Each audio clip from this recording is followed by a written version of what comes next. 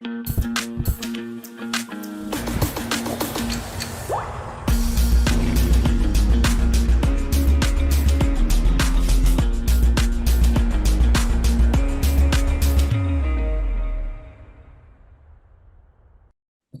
everybody to another episode of Chocolate Travels. I'm here with Uzo from Loom Craft Chocolate in Nigeria. So welcome, Uzo. Nice to meet you. Thank you so much, Joseph. Hello, everyone. All right, so let's learn about Loom Chocolate. So what does Loom mean? Why did you choose that name? And when and how did it all come together? The full name is heirloom cocoa because that's the way I viewed heirloom chocolates, actually. That's the way I viewed Nigerian cocoa, something that we've had for generations and, it's been handed down and so on. Something precious, basically. Why did you think to start making chocolate? How did that all come together? Okay, so while working 9 to 5, this was 2017, I had a job as an SAP consultant. SAP is like an ERP that companies use to run their business. So I was an SAP consultant helping companies implement the software. But you would find that most Nigerians always have something doing on the side. We always have a small hustle, a small business on the side. And mine was baking, right? And I really loved chocolate cakes. I loved baking with chocolate, but it was really difficult to come across really good chocolate. We have a lot of compound chocolate being used in Nigeria. Yes, it was really difficult. But, Nigeria is the fourth largest producer of cocoa, fourth or fifth. And it didn't make sense that, it was difficult to get chocolate, good chocolate. It didn't just make sense. So I Googled how to make chocolate at home. And I came across one of the first blogs that showed up was Dom Ramsey of Damson Chocolate. He had this blog, right? So, and he had like a step-by-step of how to make chocolate at home. So I was like, okay, cool. I had we had cocoa, sugar. Another thing I realized was that, chocolate didn't have to be this very complex product with 1,001 ingredients. I mean, because if you look at the ingredient list on most of the chocolate available, you'll be discouraged. You'll never imagine it's something that you can make in your kitchen. Right. Yeah. So that's another thing I discovered. And so I basically started experimenting. The only thing I couldn't find an alternative for was the melanga itself. That's a refiner. But, every other thing, I could find some way, a way to get the cocoa, a way to roast, a way to crack and vino. But, I knew that, I could use a blender, but I really wanted to make, the chocolate we're used to. But then again, I was also lucky because there's this foundation called the Tony Melu Foundation, and they were asking for ideas. They were calling out for entrepreneurs to, offering them a grant, offering them grants. So I pitched the idea of chocolate making. I hadn't made a single bar of chocolate in my life, but, I just pitched the idea, like, what if we could make chocolate in Nigeria and, utilize, get the full value, take the product from raw material to finished product, what if it was possible? I pitched that idea and I got the grant. So I was lucky and I was able to get my first melanga. I bought it from Diamond Custom Machines, the small 4.5 kg machine. So you're very brave to jump into a venture you didn't even know how to make it yet. Yes. And again, you can't discount the fact that I still had a job, right, on the side. I used to call myself 10% entrepreneur then because I had a job on the side. So I could afford to experiment, and the grants gave me, some resources that on my own I probably would not have been able to dedicate to this huge experiment that I was doing. Yeah. So that's how we started in 2017. We got the grants end of 2017, and we experimented like crazy, read a lot of blogs, a lot of books, and it finally came together. Good. Yes. Why did you decide on cacao from, you mentioned Ondo, Osun, Edo, And how did you, like, you didn't know anything about bean to bar chocolate. So how did you know where to look and how to connect with it and to purchase it? How did that work out? I would credit people that were working in my office, right? Because they were really supportive. And, when you say you want to try something new, everyone is, and really, chocolate makes people happy. Chocolate makes people really excited. So they were excited. And I didn't really decide on any particular state. It just happened that way. So one of my colleagues' cousin was actually a cocoa farmer. He was like, look, my cousin is a cocoa farmer and let me talk to him. So I received my first 20 kg of cocoa free of charge because everybody was excited. They wanted to really see where this venture was going and in how it will end, and just wanted to lend in their support. Yeah. So that's how I got the first bag of cocoa beans that I worked with, and it was from Ondo State. And Ondo State is actually the largest producer of chocolates in Nigeria, right? Okay. And they also they were not necessarily the oldest. Cocoa actually started growing, was introduced to Osun State, but because you have a large concentration of cocoa farmers in Ondo State, they tend to give you better quality cocoa, right? And sourcing cocoa from Ondo, from Cross River, now we even have a farmer from Taraba. It's because you need to experiment, right? Even though we've worked with Edo cocoa before, the logistics of getting cocoa from Edo State was not sustainable. It made it really, really expensive. And the quality in Ondo State is still much higher than the rest of Nigeria. So it was just a no-brainer. So what we're trying to do now is, okay, if you find cocoa farmers in other places, just tell them, this is how you do it. Where we are lacking in terms of post-harvest processing is in the fermentation and drying. And that's why Nigerian cocoa is not it's not classified as fine flavor cocoa. We don't really care about, the classifications and everything. We just need to get it to a point where it's actually making really great cocoa, irrespective of what the world terms as fine flavor. Right. And doesn't really matter. That's a really good point because, it's nice in a way that there's people out there that kind of not decide, but they say, this is really good cacao, you guys should use it. But at the same time, there's pockets of cacao in many countries all over the world that are beautiful. At the end of the day, it shouldn't matter if it has a certificate, if people appreciate it, if it's good quality, if it tastes amazing, use it, right? Yes. Support it. Yeah. Yes, exactly. And I feel like, the world may be missing out on some really good flavors just because it's not understood, right? So you talk about red fruit, you talk about strawberry flavor, you talk about bananas and all these exotic, in quote, flavors. But the flavors we get from Nigeria, just the same way terroir affects cocoa flavor, it's the same way it affects it in Nigeria. So you would get flavors that relate more to red palm oil, which is a very big crop in Nigeria. We produce a lot of red palm oil. And you see that our cocoa is intercropped with red palm oil. So you get those flavors, which to us as palm oil users is a very big part of our cuisine. Right. It's delicious, right? So I feel, all we need to do is work the fermentation in such a way that those flavors are expressed beautifully in the cocoa and consequently in the chocolate. And that's where we are missing it in Nigeria, in that farmers are they're not fermenting as well as they should. Right. There was a cocoa, a batch of cocoa that I ordered. It wasn't even fermented at all. When I tasted it, I was like, this is even inedible. What's happening? How long did you ferment it for? He was like, what's fermentation?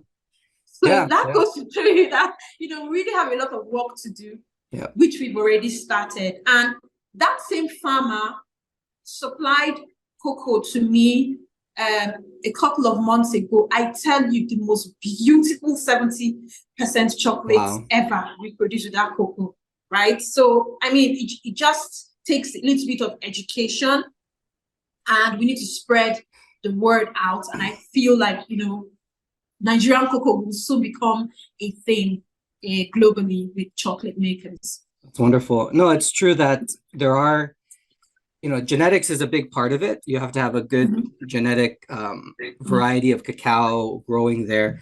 But at the same time, people are discovering, even in other countries, that there is incredible cacao, but like you said, the farmers do it in ways that was not intended for fine chocolate. So the curing is not quite bringing out those incredible flavors. So that, like you said, you tasted that unfermented one, tasted terrible. All it required was some attention to proper fermentation. Boom, you have beautiful cacao, right? So that's very promising.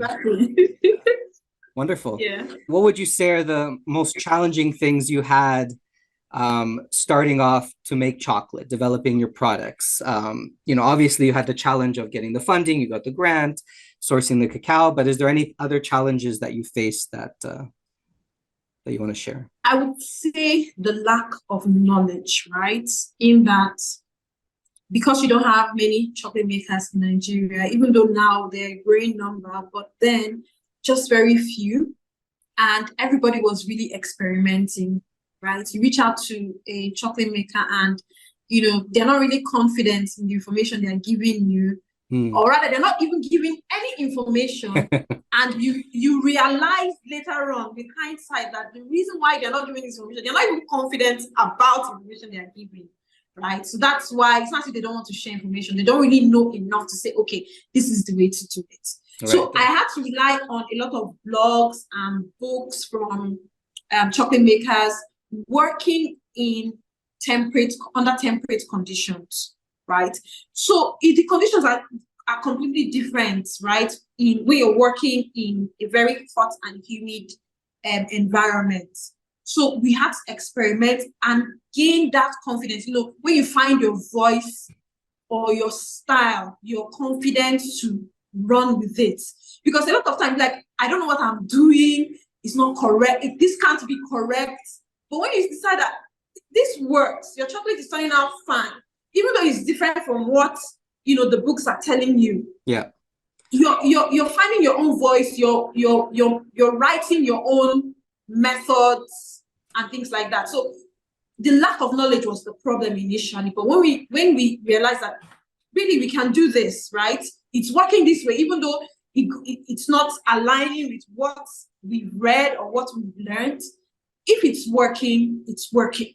Right. So exactly. And we just went with that. So that's the first challenge: lack of knowledge, lack of expertise. And then we have a lot of infrastructural issues in Nigeria generally, but we found ways to overcome them. But if you ask me what was the biggest thing, the biggest challenge, is just that lack of knowledge, the lack of confidence, which we eventually were able to overcome. Interesting. No, that's really good. And it's an interesting point that you make too, because making chocolate, say, in Northern Europe is totally different in many ways, right? Like, let's say you're somewhere hot and humid and you're trying to roast and dry your beans, or you're trying to melange your chocolate. It's a problem. You're trying to temper it. When I deal with people tempering chocolate in Southeast Asia, it's a totally different thing. Like, I was helping someone the other day tempering, and I told her, put your seed in the fridge before we temper. You wouldn't do that here. Like, people would say you're crazy, but you have to do what works with your situation, right? Just like you said. Exactly. So it's interesting too, because now you have people like you in Nigeria, other makers, they have a different look on what chocolate can be. You have different procedures, different visions, and you're creating something different. Like, for most of our life, chocolate was resembled in what came out of Europe, right? And now you're having chocolate made in totally different countries with people that maybe didn't grow up with chocolate. So it's like a new art form. It's just like totally different flavor. It's amazing. Yes. Sorry, I was rambling there. No, you weren't. Excellent points. Love it.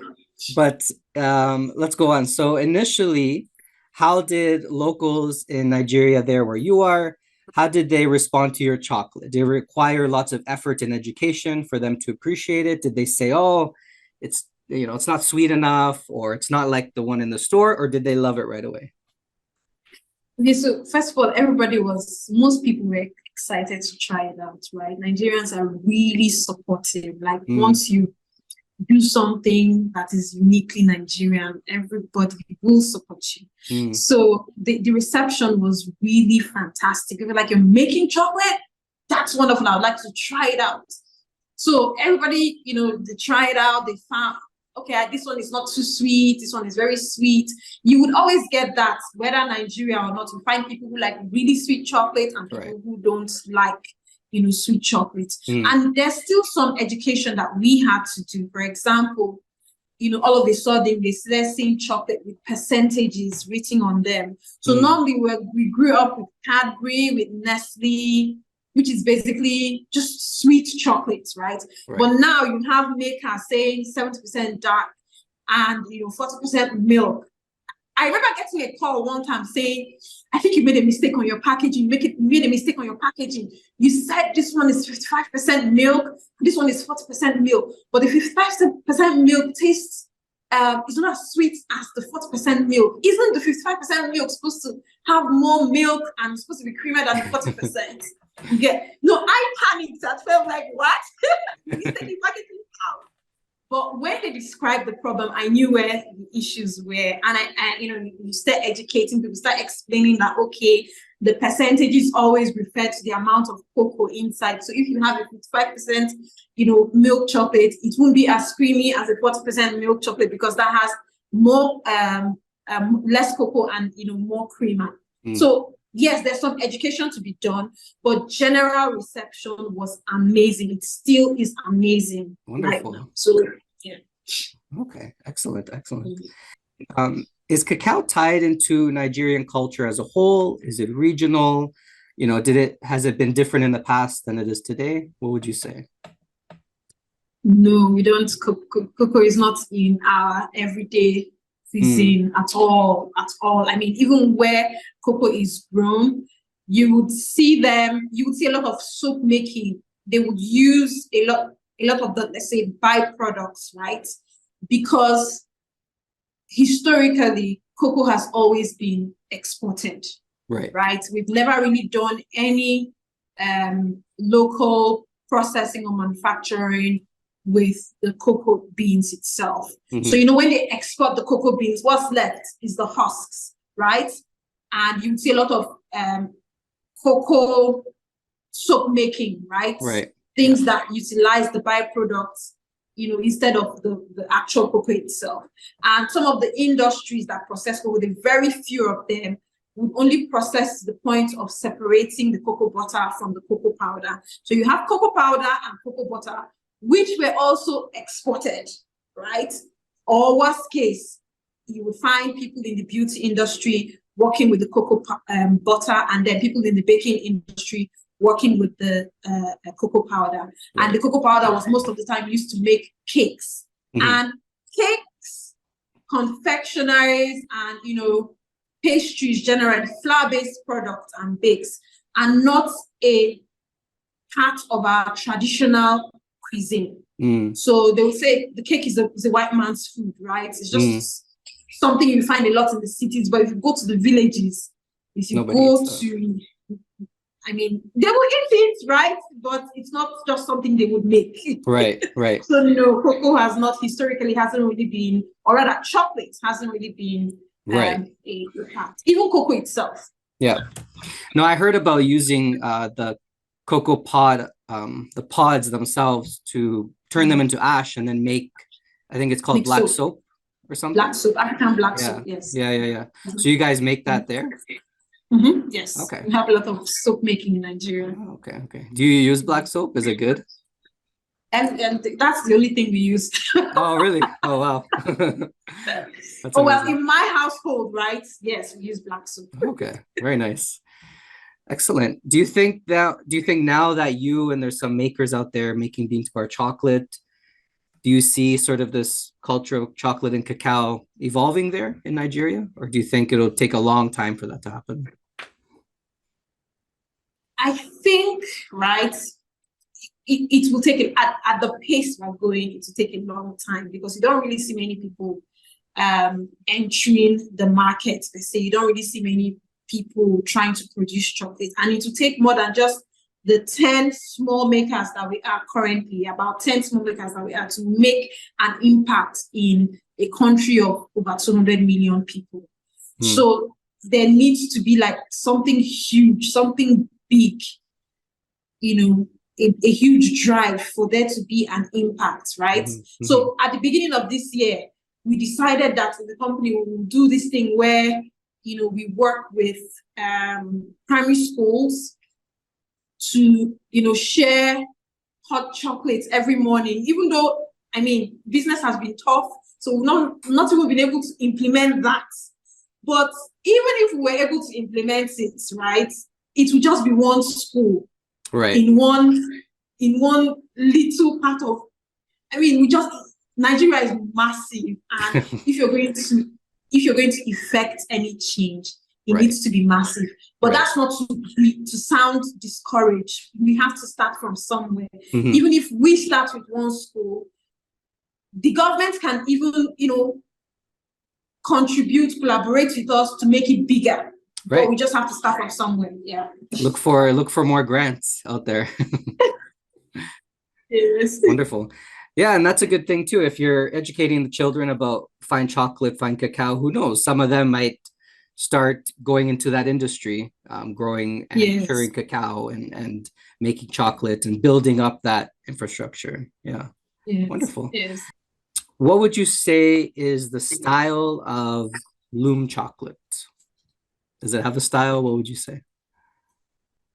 I would say our style is Naija. Naija means, that's how we refer to Nigerians ourselves. So Naija is just Naija because that's what we're really focused on, right? Bringing the Nigerian twist. So if you look at our flavors, apart from the classic, 70% milk chocolate, dark chocolate, we try to infuse Nigerian flavors, Nigerian food, Nigerian snacks, Nigerian grown produce generally into the chocolate, so that's Nigerians love the Nigerian stuff, it seems like. Yes. So I will just describe our style as the Niger style.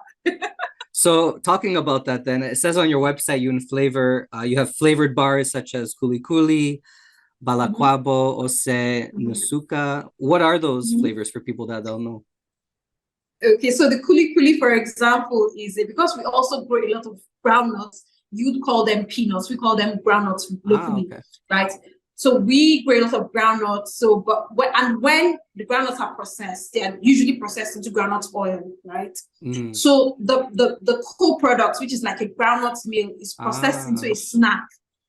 And we add spices and condiments like garlic, ginger, chilies, and salt, and it makes a snack that we call kuli-kuli.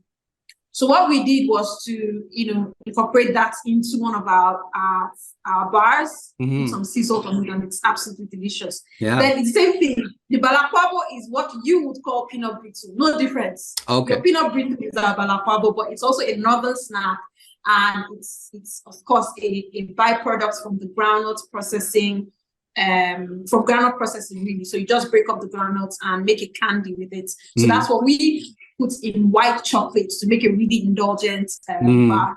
Then Ose Nsukka is a variety of habanero that grows in a town called Nsukka. That's where it grows. The only place it grows in the world. Okay. Ose Nsukka. So Ose means chili. Then Nsukka is just the name of the place. So Ose Nsukka is Nsukka's chili. Do Nigerians like spicy food? Is that pretty common? Yes. Oh, okay. Yes. Love spicy food. Wonderful. That sounds delicious. It's nice because it sounds like some of those flavors, like the kuli-kuli is more savory, right? And you're combining that with the chocolate, which is really nice. Because a lot of people always think of chocolate as a dessert, as a sweet, and that kind of puts it more into the savory realm. Pause here for a second. You mentioned you might want to do a tour. Did you want to still do that? Is that possible? Sure. We can do that. Okay. Let me just unblur my background for a moment. Oh, I hope I'm able to do that. Let's see. Okay, background and effect. Because I'm going to flip the camera so that you can take a look. Okay, so can you see? Yes. Okay, so right now I'm doing this meeting in our admin office. Let me put it that way. Okay. So the admin office has to be separate from the factory floor itself. Mm. So this is us. We have a bunch of offices behind that door there, Okay. and the bathroom and all that.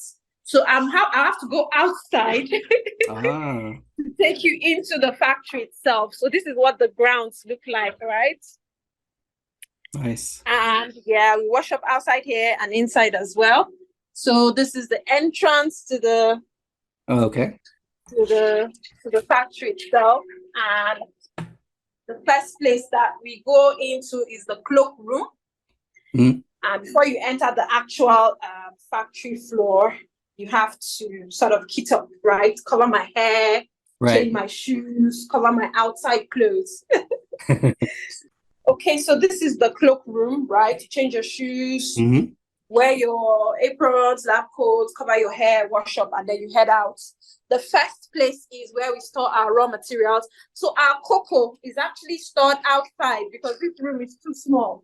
So raw materials like cocoa butter, sugar, Okay. milk, everything is stored in this tiny room here. Mm-hmm. And yep, then the next room is our packaging materials room. So this is where we keep our primary packaging materials. Okay. The chocolate packs itself, foil paper, any jars, and so on and so forth. Then in the evening, we will turn on the UV lights for sterilization. Ah, okay. Then so production one. So we roast. This is what it looks like. Let me start from here. So this is where we roast. We roast in an oven, a regular oven. Yep. And we just use trays. Yep. And put 1 kg in each tray. Mm-hmm. And yeah, that's basically it. And roast on a flat layer. Then after roasting, of course, we sort before we start. So we sort on this table. Right. After roasting, we crack using this cocoa town. Then we also winnow here as well. Mm-hmm. And then we pre-grind at this station. So this is where we pre-grind the nibs, just a regular blender. Oh, wow. Because as you can see, we have the small. Yeah. We're still using the small machines. So to extend the life and to be so easy on the machine. Yes. So we pre-grind. Yeah. Then after pre-grinding, we temper here. For now, we're still we use the bain-marie method to temper. But once we commission this, we just got this last month. Oh, wow. To sell me one. That's exciting. Yeah. So once we commission it, then we'll start using it. Then once we tempered, of course, we mold and then we chill. We have to use a chiller, right? You just can't keep it out there So we use a chiller to help it solidify quickly. Then on this table is wrapped in foil before we send it over to the packaging room. So sorry, there's a lot of noise in that room because the machines are on. So the package here, so they stamp, they're putting all the details, the batch details, the best before, production date, and so on and so forth here. And then they store in the fridge, on the shelf, ready for it to be shipped off to stores and to customers. So this is the packaging room store where we store bulk packaging, cartons, and so on and so forth. Yeah. Beautiful. So nice. Yeah, products exits from this door, and that's basically it. Wonderful. Thank you so much. It's You're nice most to see. welcome. Does it get pretty hot in there? What's the temperature today? It gets really hot. I mean, we have to use air conditioning. You can see in each room we use air conditioning, and to save on power in the production room itself, we have to use these giant extractors. You can see this one here. Yeah. And there's another one here as well. Yeah. So sometimes it gets up as high as 35 degrees. Wow. So yeah, it gets really hot. And the temperatures actually vary a lot. From in December, you get as low as 19. Okay. as low as 19 degrees centigrade. Yep. Then in anywhere from March to October, you can go as high as 35.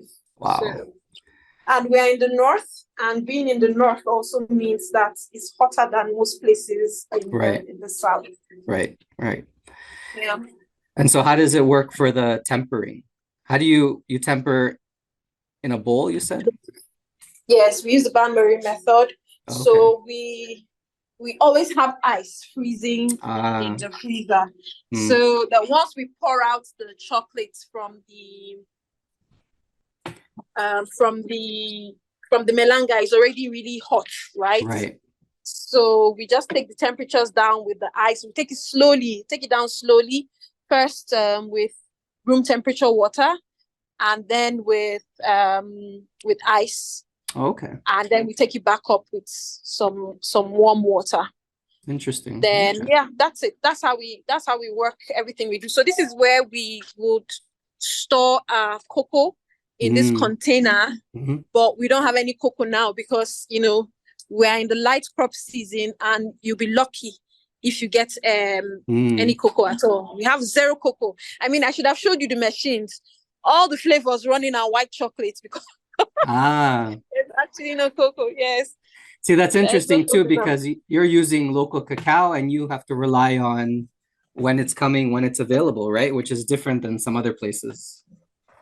Yes, we have to rely on when it's coming and when it's available because we don't have the resources to stock up in the main crop season. So that's the ideal thing to do. You stock up when there's a lot of cocoa because the farmers are not going to wait for you.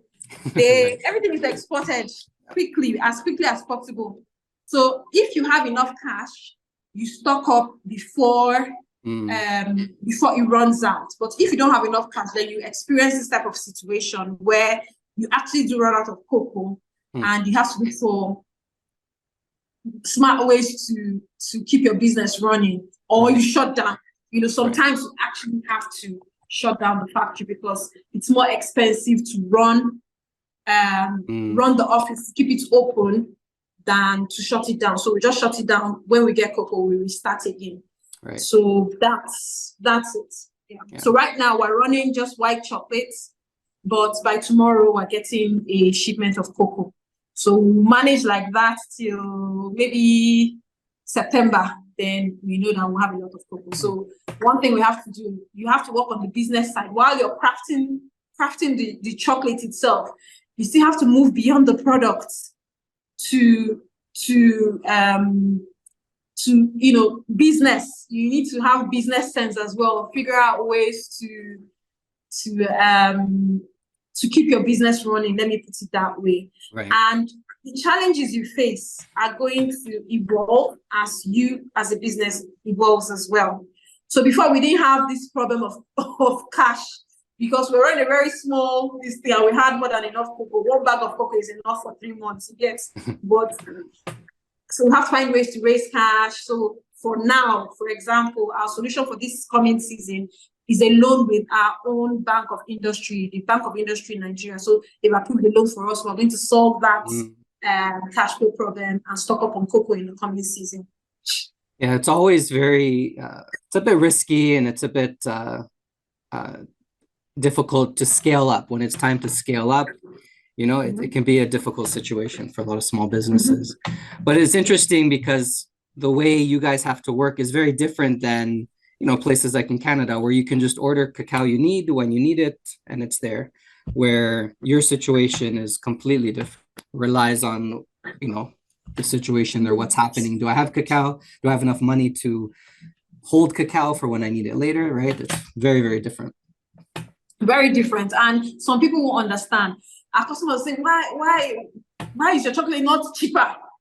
It's not our cocoa that you're using. I'm like, it's not your cocoa, it's your cocoa, but first of all, we pay farmers because we force them to do that fermentation. That fermentation that takes 6-7 days, and then the drying that takes another 6-7 days. We have to pay for, so we pay them sometimes more than 30% higher than the going market rates, because they have to sit down there, they have to wait 14 days while, if they're selling to the big exporters, they may ferment for 1 day, 2 days, and they ship everything off. So they get their money quicker, their turnover is quicker than when they're working for us, and we have to compensate them for it. So we try to explain this to our customers.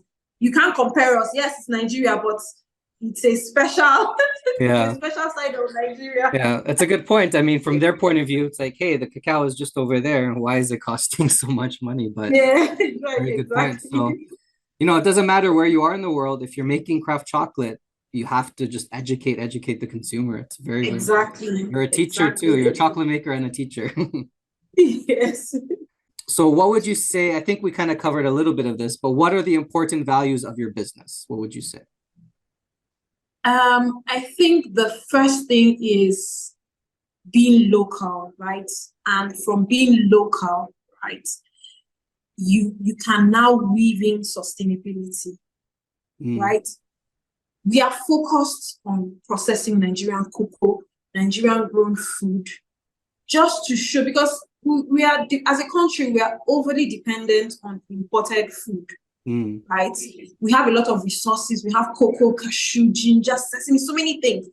But we ship them off, then import the finished products. Right. It doesn't make any sense. No. Right? So we're trying to cultivate that local mindset. So that's the first and most important value, right? NEPA has struck. Okay, so the power is gone, but I know you can still see me, right? Yes. Okay, so that's the most important value: local production, then responsible production and consumption, right? Because we're local, we're already sustainable. Our footprint is already sort of smaller. Let me put it that way, because we source mostly from Nigeria. That waste. We hate waste. Let me put it that way. We hate waste. So we try as much as possible, even apart from the way we source, because we source local, we don't spend too much importing anything, right? And even beyond sourcing of raw materials and packaging materials, the way we operate, right, is in a way that sort of eliminates waste. Right? If you're going to use any resource, be it electricity, be it your consumables, you use only what you need to use, so that you keep your costs low. You're consuming responsibly, and the cost that you transfer to the customer, right, is also low. Because if you're spending so much resources, so much needless resources, eventually you transfer it to the consumer, because they might pay what they don't necessarily need to pay. Right. So responsible consumption, responsible production are also very important to us. And then we believe in, I would say we're obsessed with flavor, and we believe in using only natural resources. We don't want anything artificial in the product. We want you to be able to, you can replicate our chocolates in your kitchen, right? Would you say that are Nigerians picky about that stuff in general? Like, do Nigerians read the ingredients on their products that they buy? What's the mentality there as far as that goes? Okay, so number of Nigerians, were a lot of Nigerians, right?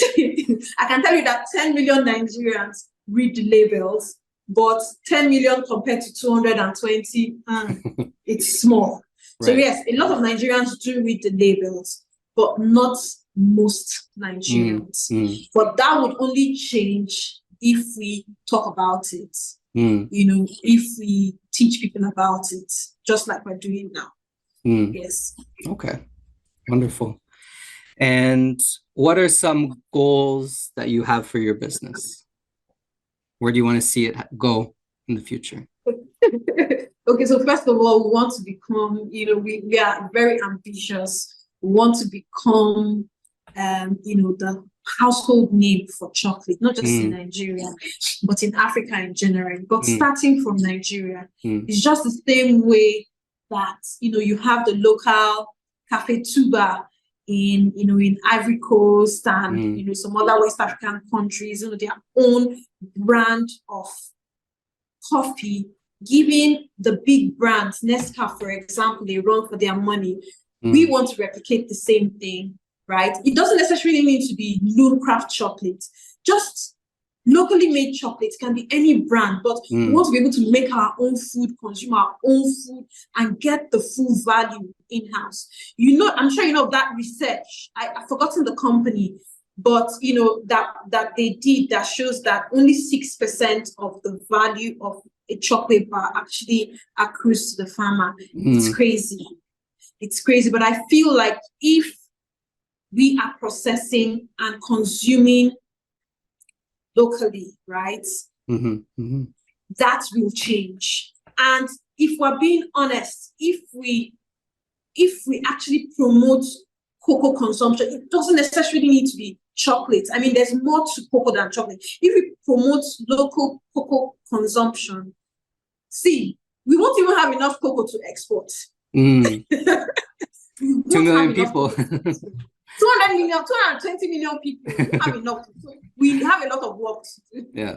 So that's what we want, for Nigerian chocolate to become, a household name. It doesn't necessarily Loom Craft Chocolate, anyone at all. Let's just be Nigerian. Yeah. No, that's an interesting point too, because if you want to promote Nigerian cacao, if you want to create products locally, nationally, you might even have to think beyond chocolate, like you said, like find other ways to use cacao, whether it's food, not food. You can discover a whole new sector of using cacao. Exactly. Something that, because chocolate is, most people must buy from a chocolate maker. But if you find something that people at home can quickly grab a cocoa pod and make, right, that's a very easy way to do. Nobody's going to go and buy a melanga to start making chocolate at home. Yeah. But if you find other uses for the cocoa itself, people will definitely adopt it. Or even finding ways to make sort of drinking cacao in Nigeria. Drinking cacao, exactly. Yeah. Those quick and easy things that they can do even from the dried cocoa itself. I mean, because unfermented cocoa is tough to consume. Yeah. But I mean, once has passed through that post-harvest processing, you can find ways to incorporate it in their cuisine, in their cooking. It's easier for you to make it mainstream. Yeah, exactly. And have you ever seen, when you go visit where the cacao is grown, do they ever eat the fruit? Do they eat the pods there at all? Yes, they eat the pods. They eat the pods, but you would find that they get tired of eating the pods. They eat it so much that it's like nothing to them. Just find the cocoa just sitting there. Yeah, they do eat the pods. For people that are watching, whether they're in Nigeria, Africa, or outside, where do you sell your chocolate? Where do you ship? How can people connect with you? Okay, so you can connect with us on our Instagram page. That's the best way to engage.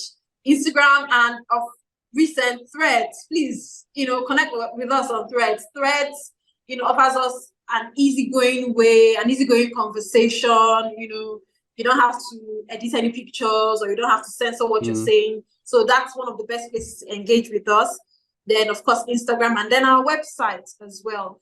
Unfortunately, we don't ship outside of Nigeria right now, except on special occasions, because it's so expensive to ship from the south to the north. Very expensive. But you can actually get a taste of our chocolate through the Cross-Atlantic Chocolate Collective. So that's a collective of chocolate makers that are growing, making chocolates where cocoa is grown in Africa and the Caribbean. So you can look up the Cross-Atlantic Chocolate Collective on Instagram, and you can also buy our products, because we actually ship some of our chocolates, our couverture, which is eventually tempered in the US and available for sale as well. So that's one of the quickest way to taste our chocolate. But, and the chocolate of other, chocolate makers that are making chocolate where cocoa is grown. But yes, our website, Instagram, and Threads is the best place to engage with us. Wonderful. Well, it's very fun. Thank you so much, Uzo. Thank you so much, Joseph. I really enjoyed every bit of this conversation. Me too. Thank you so much. I wish you all the best. I hope you guys do really well. I know it's going to be a lot of challenges along the way, but I really do wish you well. Thank you so much. And you too. All the best. Thank you. Take care. Bye. Bye. Download the free Bean to Bar app to connect with incredible chocolate makers from around the world. Also be sure to visit beantobarworld.com, your portal for all things fine chocolate, virtual tastings, free learning resources, research, and much more. Subscribe to the newsletter to stay in touch and donate to the free app and free resources here. Contact me for any chocolate-related questions you may have.